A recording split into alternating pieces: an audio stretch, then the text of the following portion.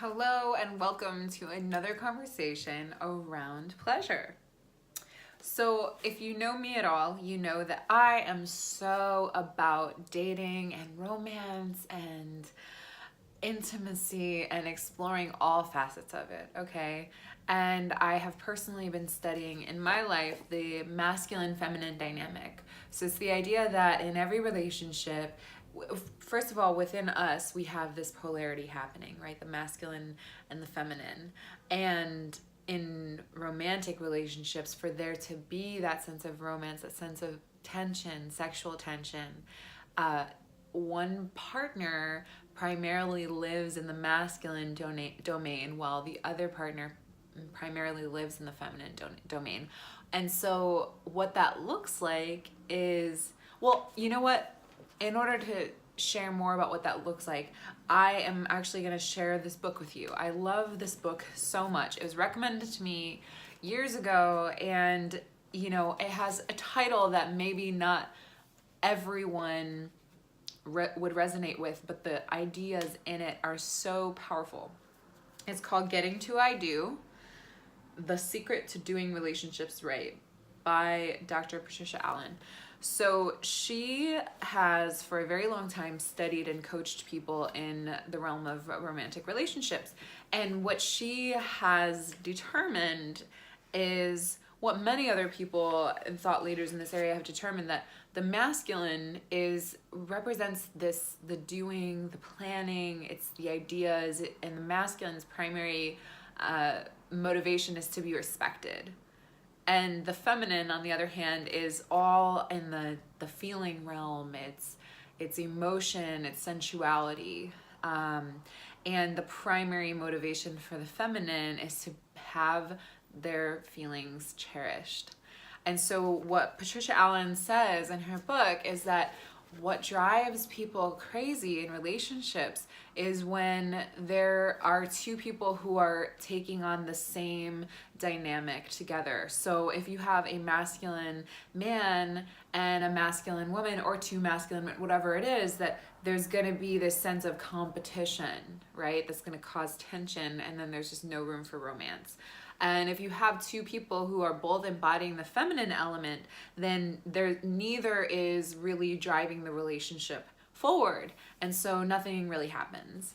And so, one of the distinctions I like to make for people is it doesn't matter what gender you are, what sex you are. It's really an energetic thing. Like, where do you most feel comfortable and alive?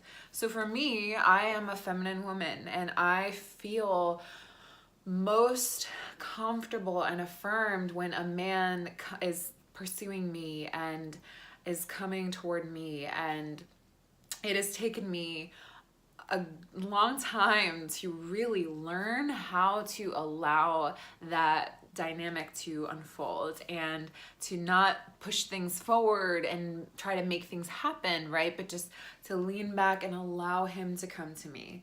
And so to do that, it's really about the feminine falling in love with itself, and that compelling and inspiring the masculine toward it. And so I can't recommend this book enough. I mean, if you are really serious about developing yourself to understand this dynamic and how powerful and potent it is, it's so sexy, honestly. It's just like the most exciting thing. So I'm gonna read a little passage. Let's see. So with regard to the feminine, he, the masculine, wants to give you pleasure so that you will totally surrender to him. He will take particular joy in making you feel wonderful by bringing you to orgasm. So the basic qualities you're looking for in a masculine man or person is that he be joyously generous, physically protective, and willing to cherish your painful feelings before his own. So that's something that I actually really wanted to talk about today, is we women, a lot of women in our culture have been trained to take care of others. And it's a beautiful thing, right? Being generous is a beautiful thing for human beings, period. And when it comes to romantic relationships, when a woman or the feminine is putting other people's feelings, the masculine's feelings, before their own, it does not work. Let me give you an example. So I love dancing. I love going out dancing, and I always have. And there was a long time where I would have men approach me and want to dance with me, and I would go into my head and start thinking, oh, well, I don't want him to feel bad if I say no, and maybe I should give him a chance or something like that. And sometimes I just wouldn't feel comfortable with that, and I would dance with him. And here's the thing, is that when I override how I feel, it actually is not even giving the man a chance with me. I've unconsciously already written him off because I don't feel good in his presence, right? So it doesn't serve either of us. So what I have started to do is, if I really feel good dancing on my own, which is most of the time, because dance is a very, very beautiful form of expression for me, I will say, I appreciate your interest and I feel really good dancing on my own right now. And his response is, it tells me everything that I need to know. Okay, so when I speak truthfully from how I feel, he can respond in a way that commands respect or doesn't. So for a man to hear something like that from me and then continue to push and say, oh no, it's just one dance, or come on, like grab my hand. Sometimes I've had guys grab my hand or my waist and try to pull me into them after I've said no, and there's just, I don't respect that. That's not respectful behavior. And on the flip side, when a man respects that and says, okay, got it, yeah, and he could do a couple of things. He could walk away, he could just say like, have a good night, or he might say something like, well, I'd really like to connect with you. May I have your phone number? Or can we have a conversation by the bar a little bit later? Or something like that, right? To express that he's interested in connecting with me and that he cares about how I feel and he doesn't want to make me feel uncomfortable. See, here, that's the thing, is if a man is willing to continue to push you once you've said no, he is okay with you feeling uncomfortable. And that's such a terrible precedent for a relationship. A man who cherishes your feelings, the feminine feelings, okay, that's someone who you begin to see is going to be that protector, is going to be that, the one who adores you, who just wants you to feel good. And it's so key. Not only is it like key, it's just juicy and delicious. And oh my gosh, it just feels amazing. And I speak from personal experience.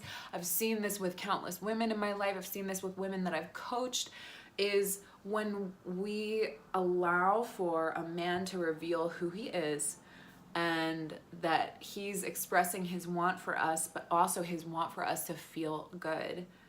It's a beautiful thing. And the only way that we get to have that happen is by actually communicating to him when we feel good and when we do not feel good, okay? If I tell a man that I don't feel good or I don't want something, then he has a decision to make. He can push, or he can think of another idea. He can plan something else, right? So, okay, instead of dancing with her right now or forcing myself upon her, maybe I can ask her to dance later. Maybe I can ask her for her phone number and take her on a date and really get to know her because I'm attracted to her, right? And so, I love this. So my message really that I want to leave you with, and I will put a link to this book if you want to order it. Like I said, I really recommend it, especially for women, but also men, if you want to understand more about how the masculine feminine dynamic works. And I mean, come on now, don't we all want to have that like really powerful, just seductive, fun, exciting, romantic lives? Yeah, so for men to get, and for the masculine to get, that you wanting the feminine, you pursuing the feminine, it's going to activate her or him, whatever, the feminine principle in the person. So the number one thing I would say to a man or to a masculine person is be clear about what you want. If you're attracted to someone, tell them, have them know, indicate it to them, right? Ask them out, take that action. That's the most beautiful thing. For a feminine person, it's so there's another book by John Gray, who wrote the Men Are From Mars, Women Are From Venus books. And he says the feminine it finds the masculine or the man attractive when the man finds her attractive, right? So that a man becomes more attractive in my eyes when he's attracted to me. So just take more risks, right? Like, if you find someone attractive, tell them, ask them out. It's such a beautiful thing. And you don't have to take it personally if they say no, right? And I know that takes practice, but just try it on. And for the feminine, what I would say is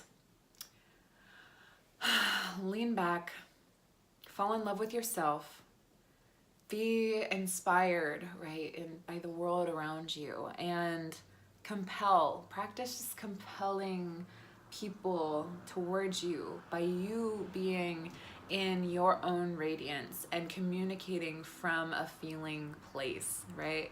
Your communications being about feeling, about emotion. It's poetry. It's, I feel like my heart feels so good right now, or my body feels so good.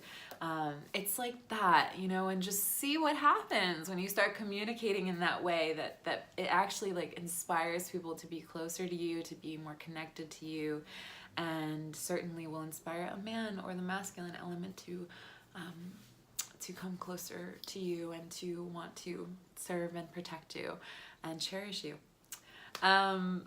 Gosh, that's all for today right now. And I just love this. Thank you so much for joining me for this conversation. I would love to hear in the comments if you have, any questions or things that came up for you while watching this.